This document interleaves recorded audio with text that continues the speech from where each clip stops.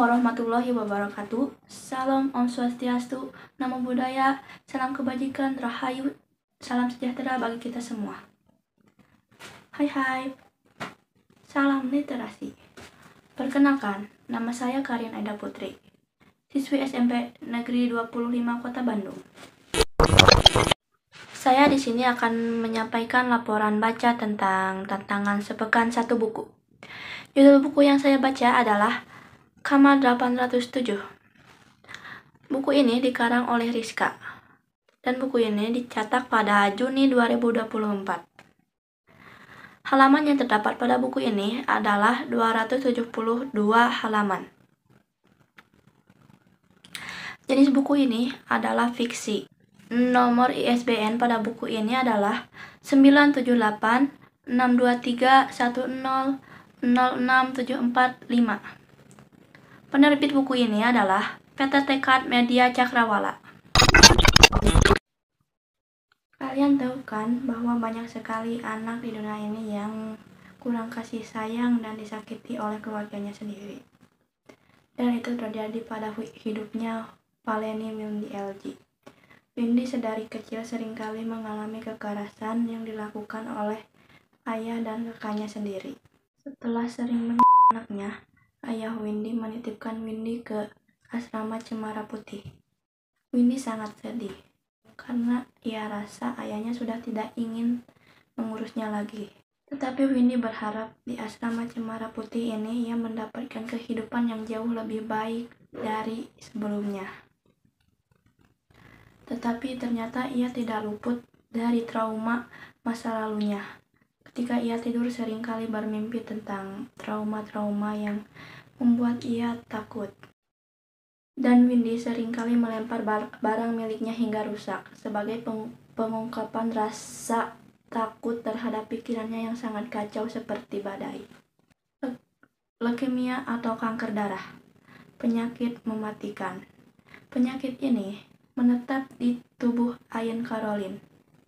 Sebagai orang tua yang mengetahui anaknya sakit, seharusnya dibawa berobat, tetapi tidak dengan orang tua Ain. Orang tua Ain lebih memilih menitipkan Ain ke asrama Cemara Putih. Ain juga sering dibandingkan dengan kakaknya, Arya Kava. Arya memiliki otak si cermelang mentari pagi. Arya juga sedang menempuh pendidikan di luar negeri yang dibiayai oleh beasiswa bergengsi. Sedangkan Ain sebaliknya. Dia memiliki tubuh yang lemah dan prestasinya tidak semencolok kakaknya. Arya seringkali dibanggakan karena sosoknya yang sangat hebat itu. Tetapi menurut saya yang benar-benar hebat adalah Ain. Karena dia bisa bertahan dan melawan penyakitnya sampai saat ini. Biasanya, seorang ayah akan menjaga anaknya dari mara bahaya dan hal yang tidak senonoh terhadap putrinya.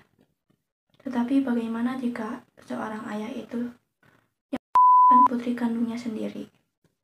Ya, Sabila Harumi Araya. Dia pernah dilecehkan oleh ayahnya sendiri.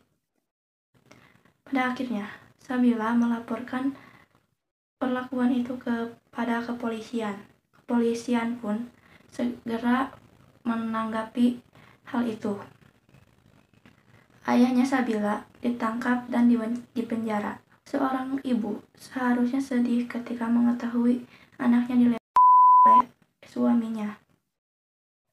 Tetapi tidak dengan ibunya Sabila.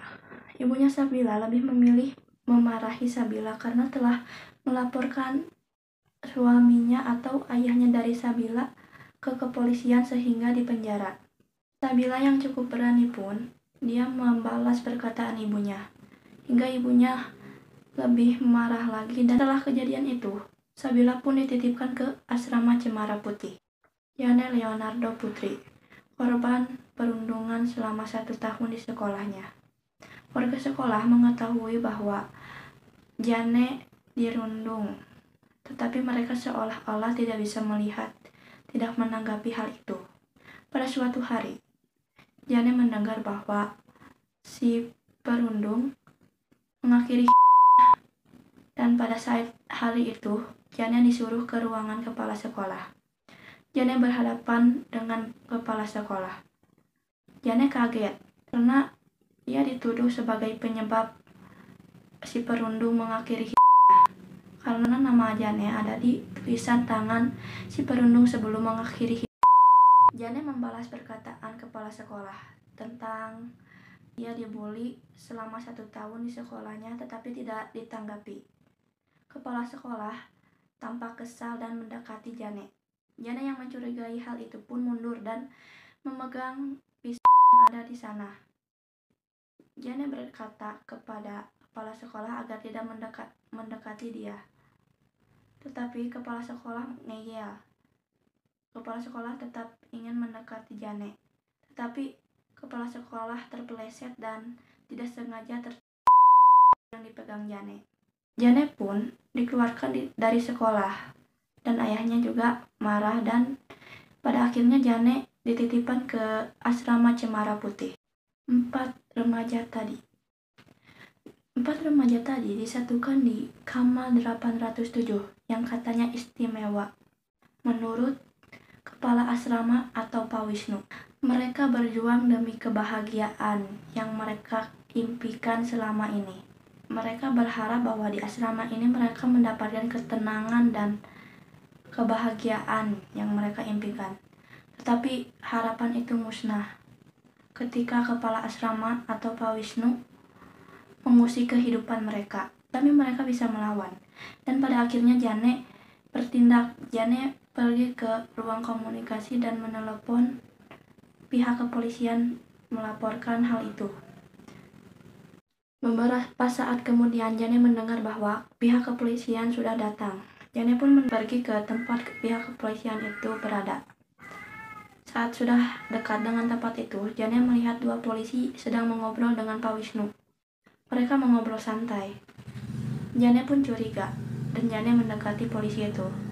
Polisi itu berkata bahwa Jane melaporkan kasus palsu. Jane kaget karena ia dituduh lagi. Jane pun berbicara lagi bahwa laporannya tidak palsu, tetapi polisi itu tetap tidak percaya. Polisi itu hanya tersenyum lalu pergi. Pada akhirnya 4 remaja itu sudah sangat sakit hati dan kesal, marah tentunya. Mereka pun bertindak untuk membalas hal-hal yang selama ini Pak Wisnu lakukan terhadap mereka. Sekian laporan baca dari saya. Semoga apa yang saya sampaikan dapat tersampaikan dengan baik dan dapat dimengerti. Terima kasih sudah menonton dan menyimak. Wassalamualaikum warahmatullahi wabarakatuh.